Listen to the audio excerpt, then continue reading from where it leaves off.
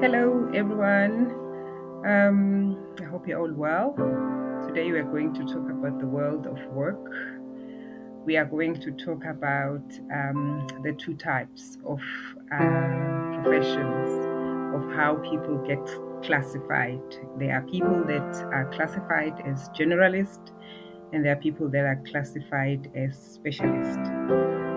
So, a generalist will be a person that can do a variety of tasks within the field that they are at, and they can move around. They interact with a lot of people, they interact with different departments in an organization, and they can do a bit of it all. They can work on just almost anything in that area of work that they are in, and they get a full exposure of what the profession is about. So they get that opportunity to actually get to know what is happening around and the impact that it has.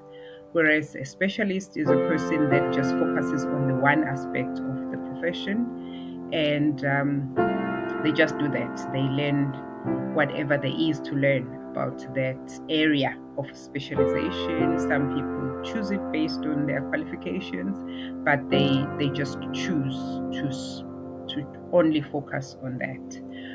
So, making an example, maybe one person can be a writer. So, a generalist writer will write about different topics. They can write about business, they can write about current affairs, they can write about lifestyles. And then someone can just be a network engineer and just only focus that part of IT. They won't do desktop support, they won't do networking, design, and think they'll just be an engineer for that, and that's all that they do. So both those sides have got pros and cons, of course, like anything else in life.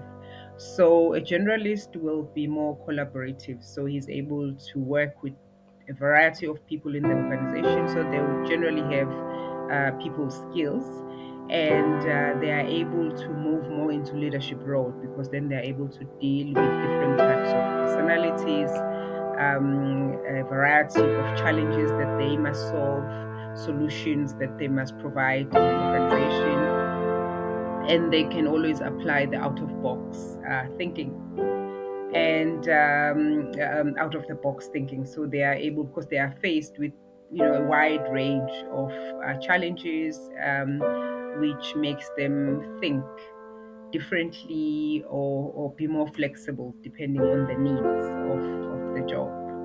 Then the cons for that is that sometimes they lack experience, because they don't get enough time to get to learn more and spend a number of years doing that particular role. So they can touch and go, but but they will just not have a vast experience to be called an expert in that particular role.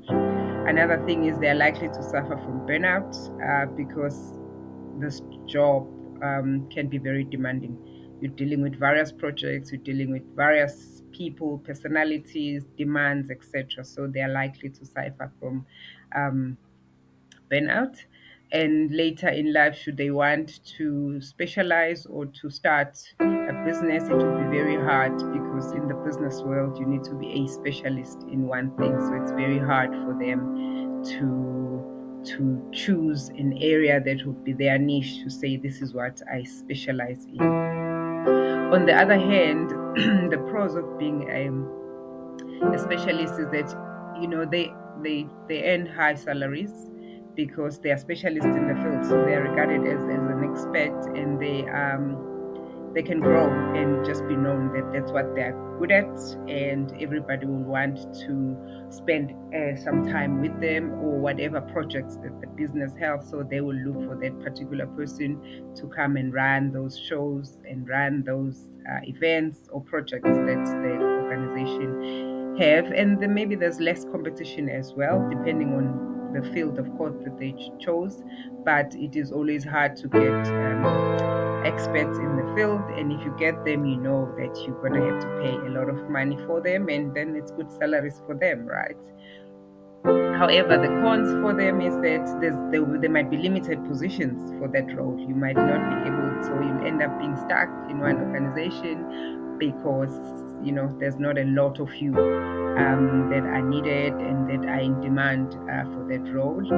And then they might also lack a bit of understanding of the bigger picture of the organization because they're only focused in one area. So they might not know what is happening with the other department, and sometimes specialists tend to focus on what they do, and maybe not a lot of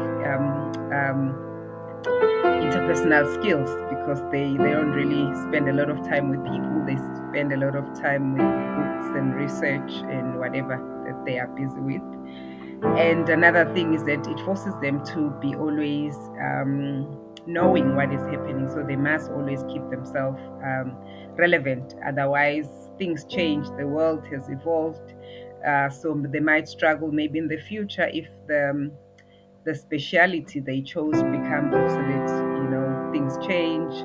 Who thought newspapers and magazines will run out of market this day? So if that's the area that you choose, so those are the things that you might struggle with in future in terms of is my role still relevant? So I thought let me share this today. There is no right or wrong answer. You know your area, you know which profession you're at, but it is important to make the right decisions, look in the future, look at how things are evolving. And should you choose to be a specialist, you need to be keeping yourself relevant and be able to evolve and engage more technology depending on the needs of that. And as a generalist, there's still hope for you because if you want to pursue leadership roles in an organization, you'll be the right person for that. So there's always every con, there's always a way to mitigate that circumstance. So good luck to those, and whatever you choose, choose wisely. Thank you.